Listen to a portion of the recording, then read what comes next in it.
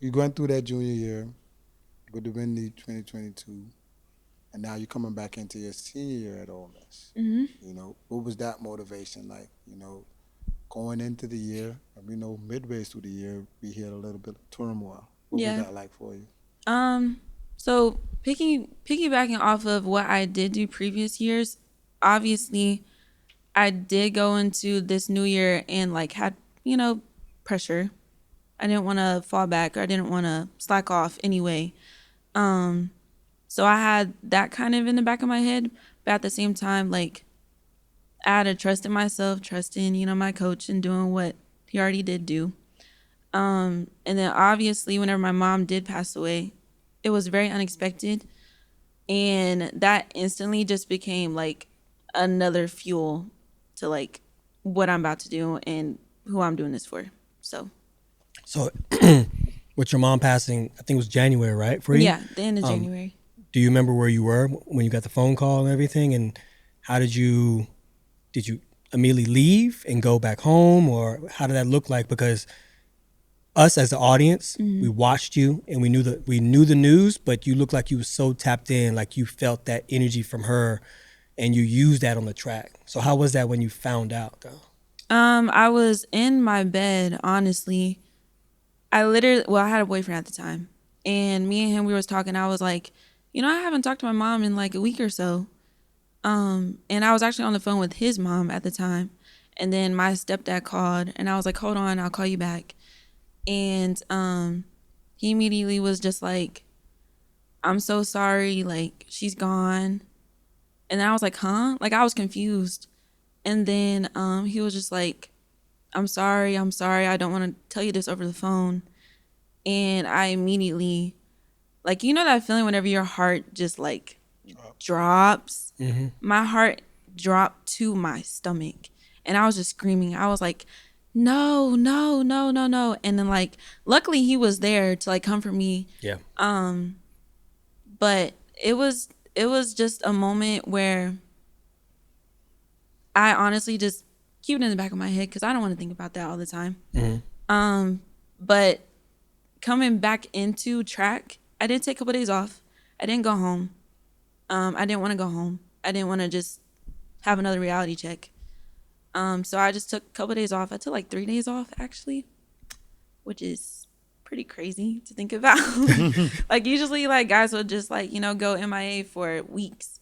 But no, I didn't want to get in the sunken mood and not be able to get out of it. So I didn't want to take too long off. So you want to stay busy, so keep your Yes. mind off of it. Exactly. I wanted to stay busy.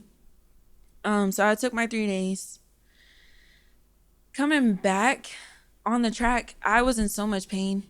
Just like being able to run, my lungs hurt and my chest was hurting. And literally, I was just like, why does this hurt so much? Like, I'm not even doing anything on the track. I'm just jogging and I'm literally in pain. Like, my chest was burning. But then again, I was exerting a lot of energy crying. Like, I was bent over in the shower, just in a ball, just crying, screaming. You were drained. Yeah. Yeah. And it Emotionally, literally, I didn't know how much that affected a body yeah, and it until physically exhausts you. you go back and like try to do what you just did. So it took a little bit of time to like get back into swing of things, but luckily I was okay. I mean, it ended up being in my favor the long way, but and then I actually ran in the first track meet indoor a week after my mom passed away. And that was a thing within itself. Like I honestly was gonna not run and I was just gonna quit at that meet. Like while you were warming up and everything, you just like, you were probably numb, right? Or were you just like, all right. I was mad at everybody. I was mad at my coach. I was mad at the trainers. I was mad at anybody who like decided to bring me to this meet. Like I didn't want to go out there. I didn't want to perform. So I went to my trainer and she could just tell on my face. She was just like, "You're not okay." And I was like, "No, I'm mad at you. Like, why am I here?" And then she was like, "No, we're not going to do this." She said, "Go talk to Coach Bree." And that's our other coach that helped out with Coach Air. Yeah. And I went to her and she said, "Come here." And I was like, okay. So I followed her to the track And me and her sat in the bleachers, and she was just like, talk to the track. Tell it how you feel. And that's literally how the bleachers thing came about. Really? Yeah, that's how the we bleachers thank her, thing man. came about. We that's great coaching. Yeah. That's really great therapy. That's great thinking. You know what I mean? That's something that a lot of coaches don't really recognize or have on it. Every coach don't have that. You know what I mean? Some coaches be like, oh, I ain't no therapist. Yeah. That's why You know what my I mean? trainer, she didn't want me going to my sprint coach, because she was like, he's not the person that you need right now. 100%. She went to Coach Bree, and she was like, you need to talk to her. And that's why she stirred me off, and we literally sat in the bleachers.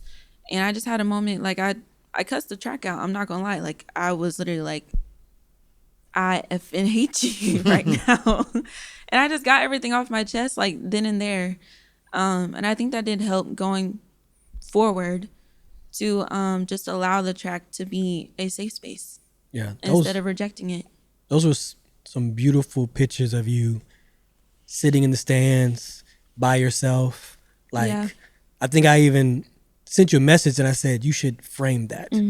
Like, it was so powerful. So many people was trying to catch me in that moment too, and I got so mad. I was like, this is my moment, y'all. They all like this. Yes. Like, Yeah. this is vulnerable. This is where I talk to my mom, and this is where I just need to just like let things out and just be an empty mind. And so many people were just like, when are you going to the bleachers? Like, trying to stage it. And Really? I'm just like, you can't stage that. Like, it's just too sentimental. It's too emotional. Like, Hey, man, just y'all leave me stop be. that, man. Y'all stop Just that. leave me alone. Yeah. Yeah. But yeah, I mean, I get it though, but still, like, it's just, I'm a human being at the end of the day. Is that something that you feel like you're going to carry on through your rest of your career? Or Oh, are you for gonna- sure. Yeah? Yeah, 100%. That's cool. I mean, Yeah. this interview probably won't help you with the photographers. I mean, they're I gonna know. find No. you going? We got No photographers, no. Don't do it. No. You're gonna see yourself on Getty's images. No way. You're gonna be like, that's me. That's gonna be crazy.